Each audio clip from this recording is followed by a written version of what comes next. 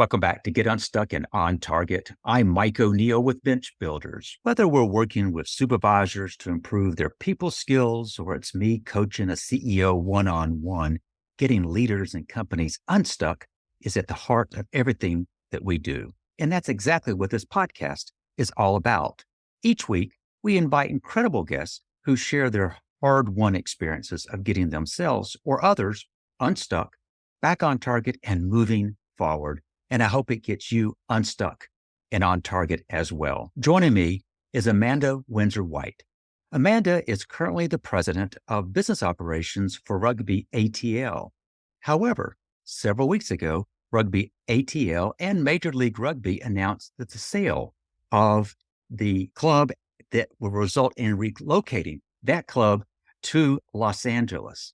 And here is Amanda, who has been involved with knowing this is going to happen. And I've invited Amanda to join us today because we've never done this before. We are talking to someone who kind of is potentially and maybe actually in transition. And I just appreciate Amanda's willingness to come and to share a little bit about her experience. Welcome, Amanda. Thanks for the invitation. Amanda, I shared with you that I've never done this before, and I very much appreciate you willing to just kind of share a little bit about your experience. And if I had to put a label on this, I kind of want to ultimately get to what's next.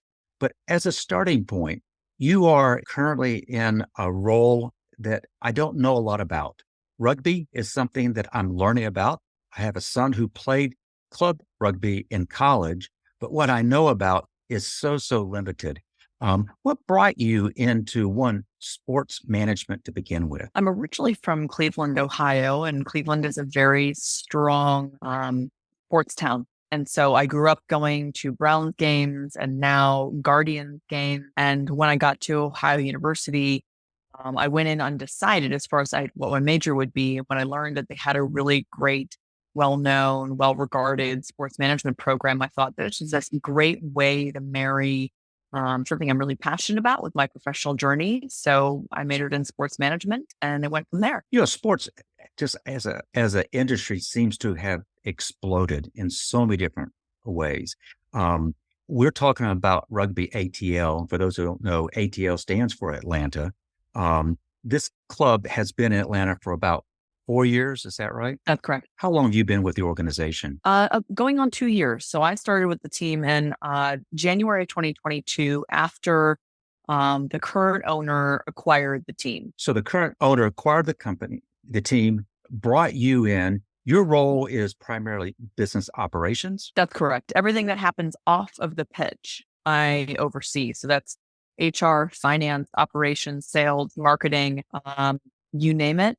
I do not have a rugby background. And prior to this, I was working at the Coca-Cola company on motorsport. Before that, I didn't have any motorsports experience. So really jack of all trades with agency, brand, and now team experience. But we have a very, very talented coaching staff that, of course, takes care of everything related to what happens on the pitch with players. So it was a good opportunity to exercise different muscles coming into this particular role, but not necessarily having to be very well versed on the ins and outs of rugby. You shared that you manage everything that's not on the pitch, but you began listing just some of those aspects. I mean, we have to be mindful. It's a business. And as a business, you have responsibility for all aspects of that business. When people are talking to you and they say, I don't know a lot about professional sports. I don't really know what goes on behind the scenes.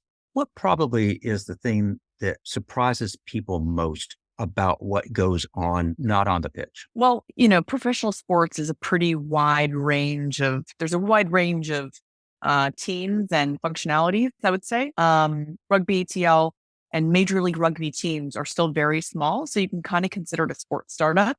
Certainly nowhere near the scale of the Atlanta Falcons or the Jets or the Anaheim Angels. So we have a much smaller team. Budgets, of course, are much smaller. But I'd say that functionality-wise, you're still having to market a product, sell that product, execute partnerships, right, from a sales perspective. And what else? Operationally, you still have to think about the fan experience from the time that they either log on to your website and purchase a ticket all the way to them driving into the facility, parking. What do they see and feel and hear when they sit down in their seat during the game? And then how's their experience as they're leaving? I mean, these are sort of things that we have to think through every step of the way. And, you know, for a small team like Rugby ATL and other Major League Rugby teams, the experience is quite a bit different than what you'd experience going to an NFL game. It's just a lot smaller. But there's benefits to that. It's a lower price point. It's more family friendly in that aspect. And I don't know, it still has that sort of startup small feel where chances are you're going to know the people around you versus, 70,000 people that are flowing into Mercedes-Benz Stadium for a Falcons game. I would say I enjoy a Major League Baseball game, but given a choice, I think I prefer a minor league game for the reasons you just mentioned. When you go there, it has more of a family. But when I go to a baseball game, I kind of know what to expect. I understand the game, understand the rules. For rugby, I'm going to make the assumption is that your potential customer who buys a ticket, might this be the first rugby match that they've ever attended? And by the way, is that the right term, rugby match? Yes. Yeah, it's Okay. correct. Listen, there's 13 teams in Major League Rugby, and some of those are in very sort of either well-established rugby markets or there's a large expat population in those areas. So teams in Seattle, San Diego, Utah, and then the Northeast do extremely well because there's people from other areas of the world that are there, that in their countries, the game already has an incredible following. Especially in the Northeast, a lot of those sort of Ivy League schools have rugby already because, of course, rugby originated in Europe. So those are mature markets. Now, in a city like Atlanta, right, where we're in football country, whether it's college football or pro, people here in this region are just absolutely football crazy. And when they come to rugby, first of all, like for any marketers that are watching, you know that it's not just like, oh, you hear about it once and you buy a ticket and go. You have to introduce the new product, um, remind them and remind them and remind them, describe the value proposition. So for us, yes, it was bringing in the rugby community and getting more kids playing the game to actually grow the game. But then this season was the first year that the team was actually marketed outside the rugby community. So we Mhm. very intentionally targeted the general population of Atlanta, um, and trying to introduce them to their pro rugby team. And so the pitch was here that you don't have to know the game. You don't have to know the rules. That'll come. Just come give it a try. We'll happily provide complimentary tickets so you can bring your family and just take it in. It's a ton of fun.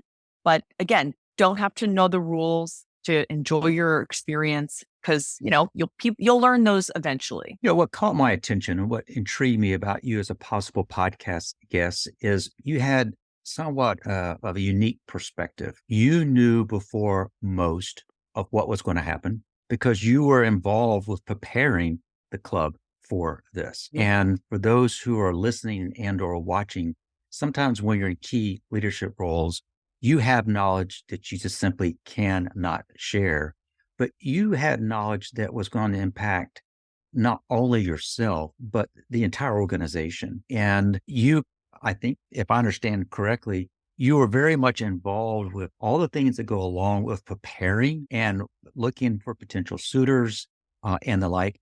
Um, the lead time on something like that, you knew in advance, what, maybe a year before this took Yeah, place? at least a year. I mean, we attempted to sell the team a year ago and then ran out of time before essentially have to pivot and then prepare for the upcoming season. So, yeah, I was heavily involved with building the investment memo, working with the investment bank. It was based in London, courting potential investors, hosting them at games or at our headquarters, essentially selling them on a vision here. Because, of course, you had the financial performance over the last 4 years and what that trajectory would look like if you continue to invest in the team from a marketing perspective, from an infrastructure standpoint, and where we think the team could go and how long we think it would take to get there. So, to your point, I've certainly known for at least a year, if not more, maybe a year and a half, that this team would have new ownership, but I would not have predicted that we were not successful in finding an investor that wanted to keep the team in Atlanta. I see. Yes. Like I was saying before, it's a small but very passionate rugby fan base here in this area. LA has a much larger rugby population. So it was going to take a little longer to, get enough fans into the pipeline to sustain the team from a long-term perspective. I asked this question in large part because I know that our listeners are leaders. And when you're in a leadership role, sometimes you have knowledge about things that are going to happen, but you can't necessarily share that. Sometimes that knowledge is significant. In this case, Mhm. you had significant knowledge. Do you have any guidance for those who are in leadership roles who have to basically shoulder that knowledge for some time? Anything that you find that has worked for you to be able to navigate that? Yeah, I would say be as transparent as you possibly can, as early as you can. Our leadership team, of course, knew that the team was for sale. Certainly because I needed input from them throughout the process. But there were junior people, maybe our players that didn't know how things were progressing, or only so much we could share when we could share it. But again, it was giving as much information as we possibly could so that they could properly prepare themselves mentally, or just simply thinking about where their path is going to take them. So when we did break the news about the team being sold and relocating, it was August 1st of this year. The league board had just voted, and we told our players and our staff essentially that day of the change. And that's significantly earlier than we would have liked to express the news. But we also knew that news like that does travel very quickly. And it was important to us. They would hear it from leadership straight from us as soon as we possibly could. So we made the decision to tell them right away. And unfortunately, you can't always have it both ways of being quick with information and having all the information. So we made the decision to tell people right away without having all the details baked. Important pieces, things like where would the team be playing in LA? How much time do we still have together as part of this transition? Those are things that we continue to work towards. But yeah, we chose to tell people as much as we could as soon as we knew. Amanda, it was a few weeks ago, we connected on LinkedIn. And what really kind of caught my attention is a post that you made. And let me read it. And that is, I'm reading it out of context. You were announcing in a LinkedIn post, but then you went on to write, you might be wondering what's next. While we support the upcoming transition, I have a group of extremely talented staff who need new opportunities across operations, marketing, partnership management, events, and social media. Please DM me if you have openings, as I would be happy to make introductions. That caught my attention is because here you are immediately thrust into, I need to take care of, to the best of my ability, the team, if you would. Not necessarily the team on the pitch, but my team. And you therefore just run out, just said, I want to help you find homes. So you are immediately thrust in helping others before you probably even had a chance to even think about your own well-being. Yeah, exactly. And that is still a priority. It takes a long time for us. So even after, a year or so, we found the right people to put them in the right roles so that they could be successful. And they're also just great humans. So I care a lot about them. So I still am very focused on helping them find roles. And if there's anyone watching that isn't sports and entertainment of any kind, do have more junior roles open on your team, I would love to hear from you, because, it's important that we support the more junior members of our organizations and help them, just like we've been supported during transitions of our own. You therefore have kind of been on the front lines of kind of how this unfolds.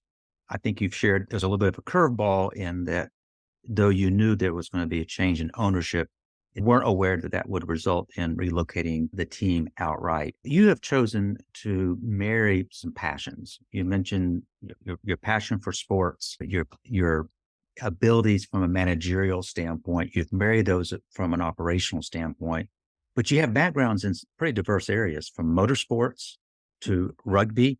Any other sports that we haven't talked about that you have involvement with? Yeah, during my 7 years at IMG and Endeavor, I worked on pretty much everything in their global portfolio I touched. So might have been fashion, culinary, college sports, tennis, golf, bull riding, UFC. I worked in programs across all of those, and some of which involved talent, athletes, writers, musicians. Some of them are properties that the agency either owned or had rights to. So I worked on a multitude of sports and entertainment properties over the course of my career. I know that a number of universities have sports management programs, and you probably have advised those programs. You probably have benefited by folks coming out of those programs. For those who are considering going into sports management, things do you try to get across to them that it's vitally important if they really want to be happy doing sports management? Yeah, I think there's a couple key things. So universities continue to add sports management to their curriculum as major options. But generally speaking, there aren't that many more jobs in sports. So it is notoriously difficult to get in because there is such a demand for those roles. So not only is there high demand, compensation isn't very good for a long time. And you also work very, very long hours, sometimes very unusual hours, holidays, weekends, evenings. So you got to be prepared for it's a lot of work and it's not sexy. I mean, it looks great on TV when you're sitting in the seats watching whatever your hockey team. It's great, but everything behind the scenes is tailored to ensure that the fan experience is fantastic. So that means it's a lot of gritty work, manual labor, hauling stuff around. So, it's a roll up your sleeves mentality. It doesn't really matter what level you are in sports. Like you still very much have to do that. I mean, I drove our equipment truck on multiple occasions last year in 2022. So, I would say that that's something to keep in mind, but it's a very relationship centric industry as well. So as you go, you kind of collect people in your network, and it's really important to maintain those in a really authentic way. I know you've been recognized by your peers for excellence in sports as you kind of reflect on what might be next. That's kind of how I kind of name what this episode might be, and that's what's next. What are the things that kind of cross in your mind, if you don't mind sharing, as to what might be next, but both in terms of your tailing out your current responsibilities and what might look like ahead for you? Well, I've had great opportunity to work at some, at least these countries and probably globally, agencies and a brand that are really desirable and really added a lot to my, not just my character as a whole. So I worked at agencies including Octagon, IMG, and Endeavor, and I spent 2.5 years working at the Coca-Cola company. And I decided to challenge myself and taking on this role, essentially the sports startup, Rugby ATL, to work for someone that I respected immensely, that I had worked for at the Coca-Cola company before. And I also was very intrigued by the chance to build something for the city that I love. I've called Atlanta home for about 18 years. So I have a unique blend of sport, entertainment experience across brand, agency, and now team. So I think that my natural next step will be working in a larger team. An E team would be ideal. Working in a leadership role, overseeing business operations, or a COO type role was going to be the best fit for my skill set and really where I'd like to go. There's also some interesting opportunities in the nonprofit space, such as the USTA or the Boston Marathon, big events like that happen, depending on what the entity is, multiple times a year, just once. We also are looking for international opportunities. So if there was ever a chance to go work for a soccer team in Europe, that would be extremely desirable. You describe things that it sounds like it's all potentially exciting, but you made a conscious decision to be part of a startup. Startups are different than just about anything else. Would you share in terms of a startup? I know you joined the team once it was going, but it was still kind of ramping up on that sports startup. Is it that much different than any other type of organizational startup, or are there a lot of similar challenges? Well, and to be honest, I haven't worked in another startup, so I don't know firsthand. But just like any other business, there's a P&L, and I oversaw that. And it was going to be a little while. It was going to be multiple years until the team was profitable. So yeah, I would say that it's just like any other small business, but our product is the game that we play on a pitch. So, um, yeah, I would say, I assume it would be just the same, have the same challenges, right? I mean, the way that you monetize our product is people buying tickets, companies investing in sponsorship, and fans buying merchandise. I mean, those are the three major ways that our team was making money. And with a lot of other major sports teams, media rights are how they really bring in the big bucks. And um, Major League Rugby is working on broadcast rights. We didn't have any locally, so that would have been an expedited way to ramp up financials. But those are the three ways that we made money, and um, we just needed a little bit more time to build that pipeline, but just ran out of runway. You mentioned about building the brand of, Rugby ATL. Let's talk about Amanda Windsor-White, the brand, your own personal brand.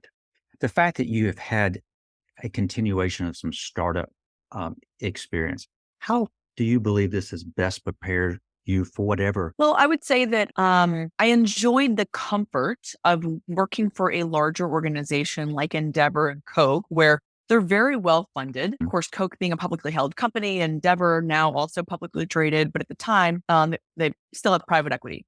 So I had very healthy budgets to invest when I was working at Coca-Cola. I managed NASCAR for the company, and that meant that there were sponsorships with drivers, race teams, racetracks, the league, and those were all investments that the company had made that I oversaw the strategy and execution for. So that was great. Just had building those relationships, rolling out strategic programs, and driving brand love for Coke. But it's drastically different when you're now in charge of bringing in revenue that isn't just like sprinkles on top of the frosting on top of the cake. I mean, that money coming in matters. So I think that it felt very real when you know exactly what's coming in, what's going out, and the people that rely on the organization for their livelihood. It's a great responsibility. I mean, you have total P&L responsibility, and that's a different animal. You look around and these people answer to you, and they have families, and you seem to have shouldered that responsibility extremely well, and you're going about trying to take care of them and the organization in a very conscientious way. As you know, there's only one question that you can anticipate from me. Nothing that we've discussed has been pre-planned. But can you reflect on a time where either you or a client or even an organization that you were part of got stuck?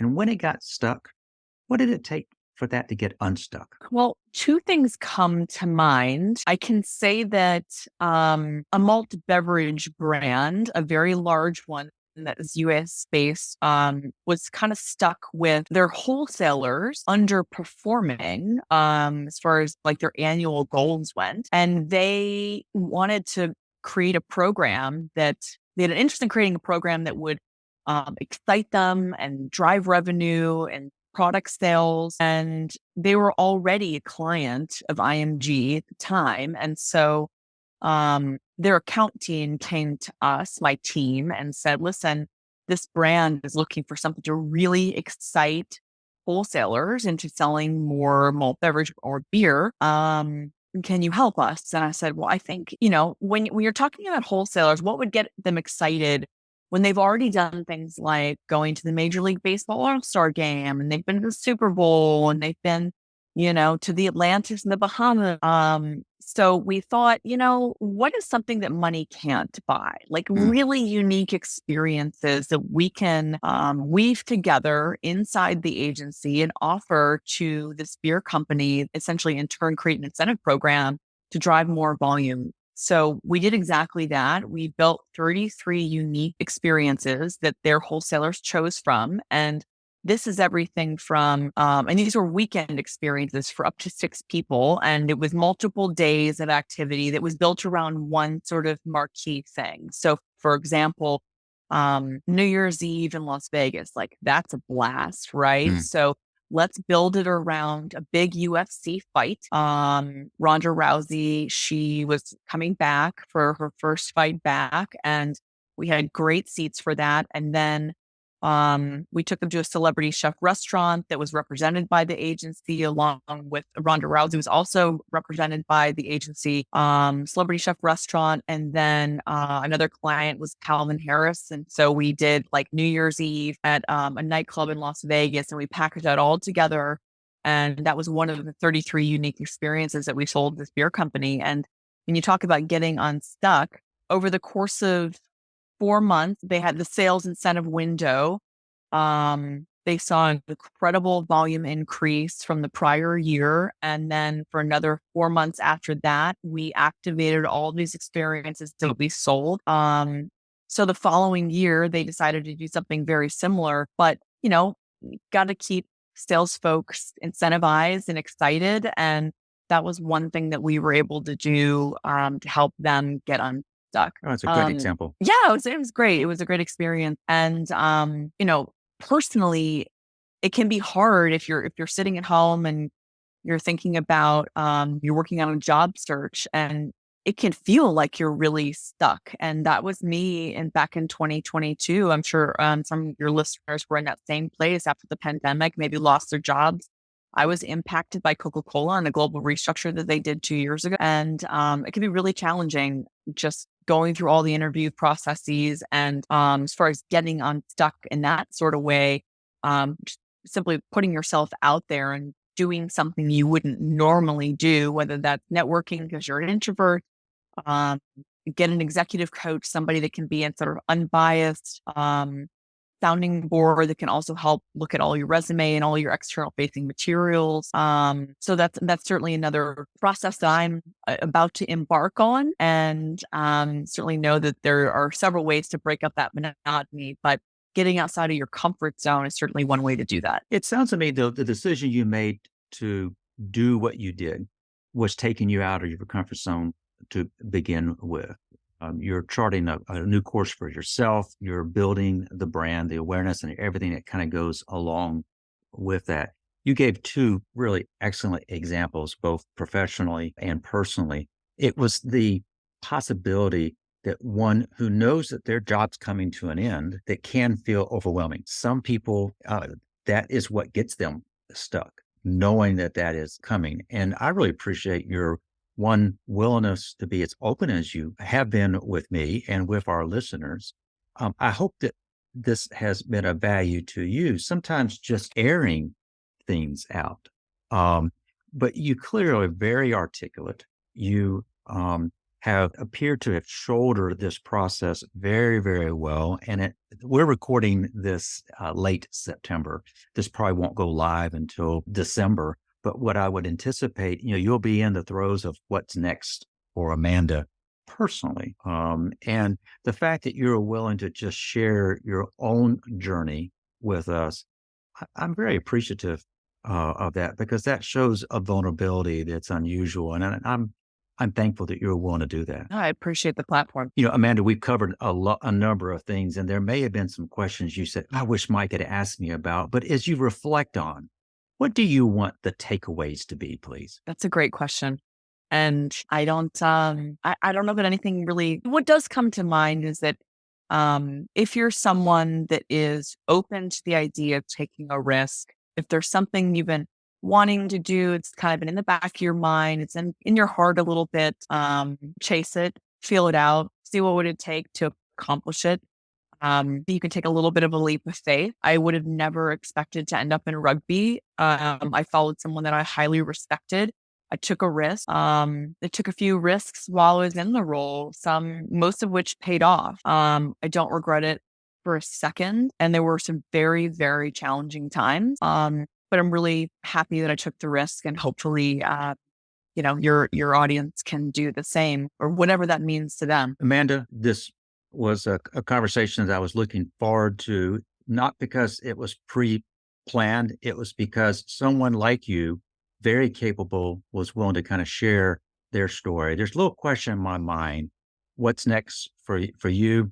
I'm very much looking forward to learning what's next. I think you have a lot to offer in a wide variety of ways. And I just appreciate your willingness to share a little bit about your journey, in hopes that it will help those who are watching or listening. Thank you. Thank you very much. I also want to thank our listeners for joining us today. For even more insights about getting unstuck and moving your business forward, I invite you to subscribe to the Bottom Line newsletter by going to bench-builders.com. I have found that the clients that we work with, they usually had one of two problems. Either they were frustrated because they were losing the employees they wanted to keep, or their leaders found themselves stuck in the weeds of the day-to-day and failing to execute on their long-term strategy.